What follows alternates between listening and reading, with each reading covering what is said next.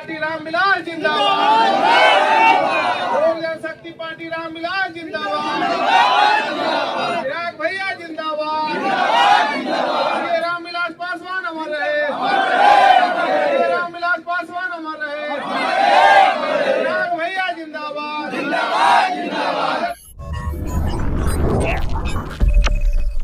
नमस्कार, आप देख रहे हैं ब्रेकिंग बिहार। लोकसभा चुनाव सामने आ गया है, लेकिन अभी तक किसी गठबंधन की तरफ से तस्वीरों को लेकर के स्थिति स्पष्ट नहीं है। वैसे में चिराग पासवान इन सब बातों से अनजान बन करके लगातार अपनी तैयारियों को अंतिम रूप दे रहे हैं।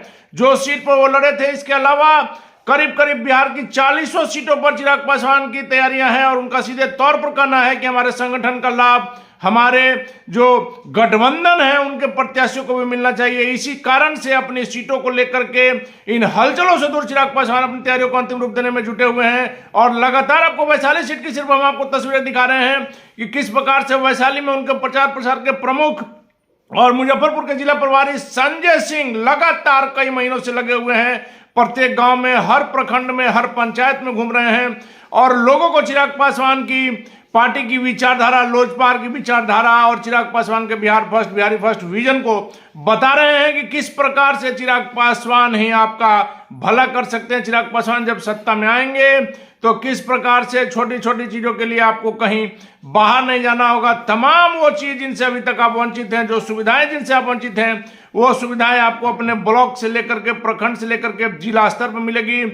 अच्छे एजुकेशन के लिए, स्वास्थ्य के लिए आपको पटना भी नहीं जाना होगा। आपके प्रखंड से लेकर के आपके जिला स्तर पर वो सुविधाएं मिलेगी। इन्हीं सब बातों को बताते हुए संजय सिंह आज फिर पहुंचे हैं वैशाली लोकसभा के वेलसर प्रखंड के पटेढ़ी वेलसर पंचायत के गांव पटेढ़ा जयराम में। वहां पहुंचे संजय सिंह ने प्रखंड अध्यक्ष से लेकर के पंचायत अध्यक्ष, साथ ही साथ गणमान्य लोगों को सम्मानित भी किया और क्या कुछ कहा, आइए आपको सुनाते हैं।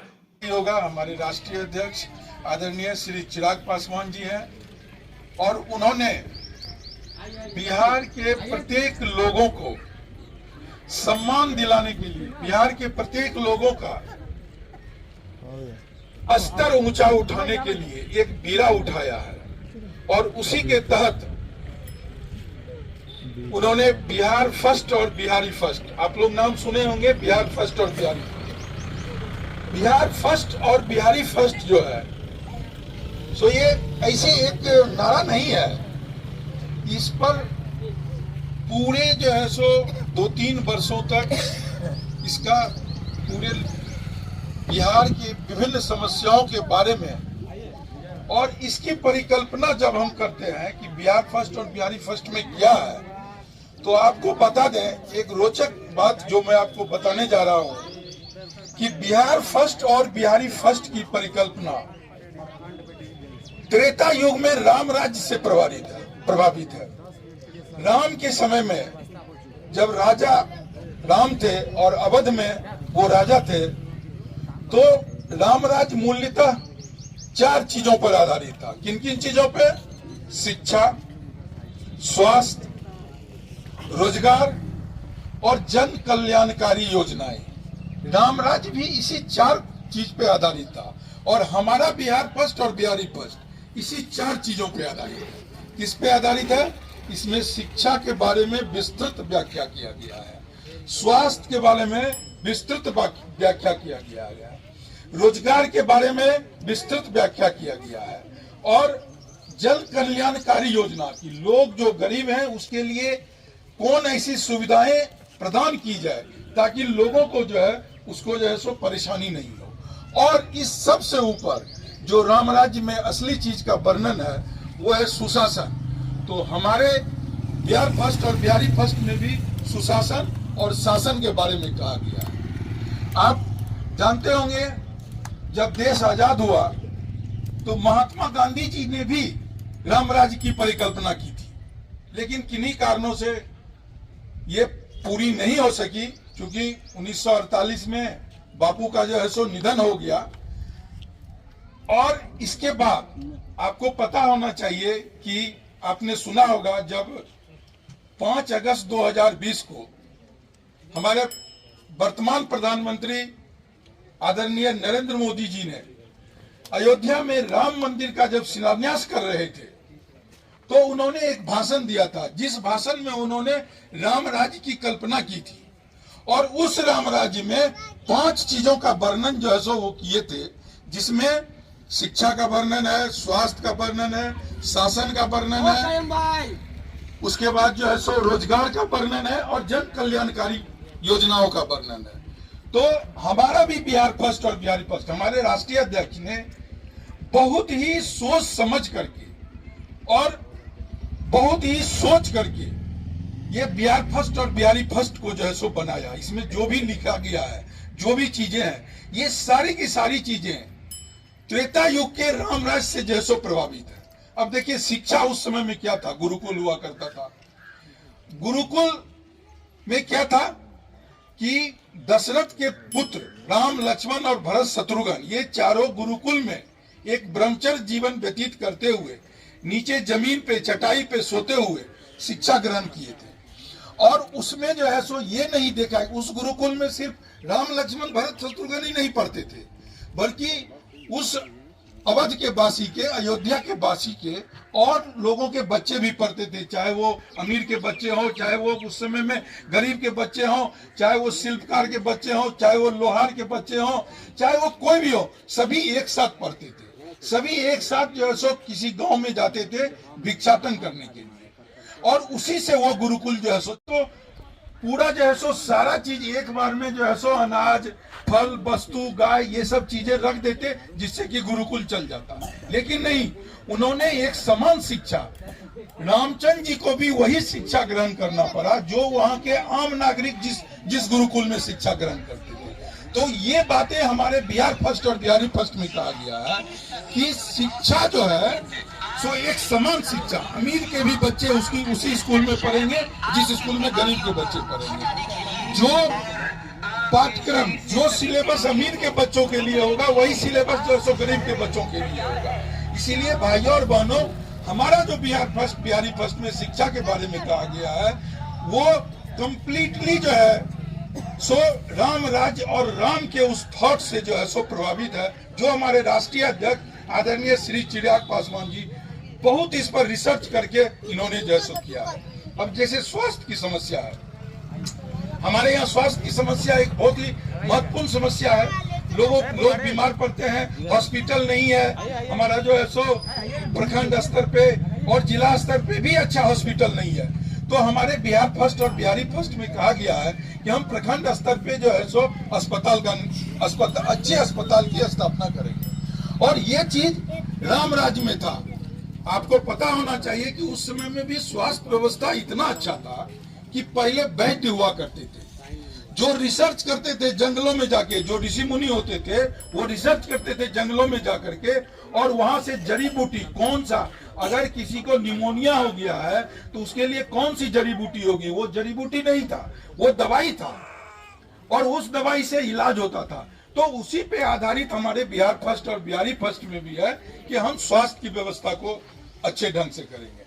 सुशासन एक बहुत ही महत्वपूर्ण व्यवस्था है जिससे कि हम राज्य के कामकाज करते हैं। सरकारें जो है सो अपना कामकाज चलाती है, और आप देखते होंगे कि विगत कुछ समय से, अभी तो जब सरकार बदली है, जब से एनडीए की आई है सरकार, अब इसमें जो आज एक नया कानून भी विधानसभा से पारित हो रहा है, यही माफियाओं और अपराधियों के लिए। अब किसी माफिया और अपराधी को पकड़ने के लिए पुलिस को जो है सो किसी वारंट की आवश्यकता नहीं होगी, वो डीएम आदेश करेंगे और वो जो है सो उसको अरेस्ट किया जा सकता है। तो सुशासन बहुत जरूरी है किसी भी समाज के विकास के लिए, किसी भी प्रांत के विकास के लिए, किसी भी राष्ट्र के विकास के लिए सुशासन बहुत जरूरी है।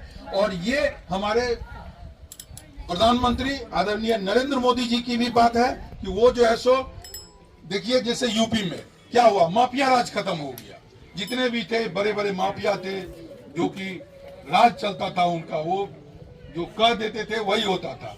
और जोगी जी ने और आदरणीय प्रधानमंत्री मोदी जी ने, दोनों ने मिलकर के जो है सो इस व्यवस्था को जो है सो खत्म किया। वही व्यवस्था बिहार में भी लागू होगा, और वही व्यवस्था के बारे में हमारे बिहार फर्स्ट और बिहारी फर्स्ट में कहा गया है कि अच्छे सुशासन की जो है सो व्यवस्था हम करेंगे, ताकि लोगों का जो है सो जीवन स्तर और लोग जो है गांव में भी आराम से रह सके, शहर में भी आराम से रह सके, कोई एक दूसरे को डरा और धमका नहीं सके। जो समस्या है वो रोजगार की समस्या है। रोजगार किसी भी प्रदेश में, किसी भी प्रदेश के लिए, किसी भी राष्ट्र के लिए रोजगार एक बहुत ही मूलभूत समस्या है। और इसके समाधान के लिए राम राज्य में भी चर्चा की गई थी। जानते हैं उस समय में भी शिल्पकार होते थे, छोटे छोटे उद्योग, सोनार होता था, लोहार होता था, ये क्या कहते हैं छोटे छोटे उद्योग, घर में जो है सो आटा चक्की होता था, चाहे वो जिस भी प्रकार से होता था, कम स्तर पे होता था। तो और हमारे बिहार फर्स्ट और बिहारी फर्स्ट में भी कहा गया है कि रोजगार के छोटे छोटे उद्योग धंधे गांव में इस प्रकार से विकसित किए जाए, वो जो है सो इस प्रकार से विकसित किए जाए कि लोगों को जो है सो रोजगार के लिए दर दर भटकना नहीं पड़े। आज क्या हो रहा है रोजगार के लिए?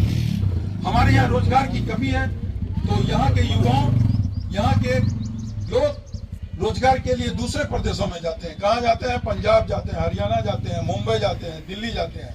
वहाँ के झुग्गी झोपड़ी में रहते हैं, वहाँ अच्छी व्यवस्थाएं नहीं है, वहाँ कोई भी सुविधा नहीं है। उस तरह की जगह पे रह करके रोजगार करते हैं और फिर वहां से पैसा कमा करके जो है सो अपने बाल बच्चे के लिए अपने प्रदेश में भेजते हैं। तो हमारा ये कहना है कि बिहार फर्स्ट में और बिहारी फर्स्ट में ये चीज का वर्णन बहुत ही अत्यंत डिस्क्रिप्शन, मतलब बहुत ही विस्तृत वर्णन किया गया है कि कैसे हम यहाँ के लोगों को जो है सो रोजगार जो है सो प्रदान करेंगे। और सबसे बड़ी बात, जन कल्याणकारी सुविधाएं। आपको पता होगा कि आज के वर्तमान परिवेश में हमारे जो प्रधानमंत्री जी हैं और हम लोग भी एनडीए के पार्ट हैं, उन्होंने अन्य जन कल्याणकारी जो है सो योजनाएं चलाई है। जैसे कि आपको जो है सो फ्री में अनाज 5 साल के लिए मिलता है। उसके बाद जो है सो आयुष्मान भारत, जिसमें इलाज के लिए प्रत्येक परिवार के सदस्य को, जिसको वो आयुष्मान कार्ड है, 5 लाख रुपए तक की जो है सो मुफ्त में जो है सो इलाज होता है। इसके बाद जो है सो गैस योजना है। इस प्रकार की अनगिनत जन कल्याणकारी योजनाएं जो है सो चलाई जा रही है एनडीए सरकार के द्वारा। और हमारे भी बिहार फर्स्ट और बिहारी फर्स्ट में इन सारी योजनाओं का वर्णन है कि हम बिजली की क्या सुविधा देंगे, हम जो है सो लोगों को रोजगार उपलब्ध कराएंगे और किन किन लोगों को, गरीब लोगों को क्या क्या सुविधा प्रदान करेंगे। इसीलिए मैं आज ये कहने के लिए आया हूँ कि बिहार फर्स्ट और बिहारी फर्स्ट की अवधारणा संपूर्ण रूप से रामराज की पद्धति पर आधारित है। और आप सभी से आग्रह है कि आने वाले समय में हमारे राष्ट्रीय अध्यक्ष आदरणीय चिराग पासवान जी के हाथों को मजबूत कीजिए, ताकि हम लोग जो है अपने राज्य में बिहार फर्स्ट और बिहारी फर्स्ट की विचारधारा को अच्छे ढंग से जो है सो आप सभी के बीच में जो है सो हम लोग लेके आए। लेकिन इसके लिए आप सबों का सहयोग बहुत जरूरी है। अकेले चिराग पासवान जी कुछ नहीं कर सकते हैं, आप सभी का सहयोग जरूरी है। और मुझे ये आशा है कि आप सभी लोग चिराग पासवान जी के हाथों को मजबूत करेंगे। और आने वाले, अभी जो फिलहाल में लोकसभा का चुनाव होने वाला है, तो ये हम यहाँ जो खड़े हैं, ये वैशाली लोकसभा की धरती है। वैशाली गणतंत्र सबसे पुराना, यहीं से जो है सो गणतंत्र की, लोकतंत्र की स्थापना हुई थी। और उस धरती पे खड़ी है, ये हम महात्मा बुद्ध की धरती पे खड़े हैं, महावीर के धरती पे खड़े हैं। और यहाँ एक से एक राजा विशाल, जिन्होंने वैशाली की जो है सो स्थापना की थी, ऐसे हम महानुभावों के धरती पर खड़े हैं। और ये वैशाली लोकसभा, जो कि विगत 2 बार से लोक जनशक्ति पार्टी रामविलास के ही उम्मीदवार खड़े हुए थे, और आप सभी जनता ने उन्हें भारी मतों से जो है सो विजय बनाया था। मुझे उम्मीद है इस बार भी वैशाली लोकसभा लोक जनशक्ति पार्टी रामविलास के ही किसी न किसी उम्मीदवार को जो है सो यहाँ से टिकट मिलेगा। और मैं आप सभी लोगों से आग्रह करता हूँ कि चिराग पासवान के हाथों को मजबूत करने के लिए वैशाली लोकसभा में लोक जनशक्ति पार्टी के उम्मीदवार को आप सभी लोग अवश्य अपना वोट दीजिएगा। और मुझे उम्मीद है कि आप लोग जरूर ऐसा कीजिएगा। आप सभी लोग चिराग पासवान जी के सपनों का बिहार बनाने में अपना जो है सो मजबूती प्रदान कीजिए उनको, और मुझे उम्मीद है ये जरूर करेंगे।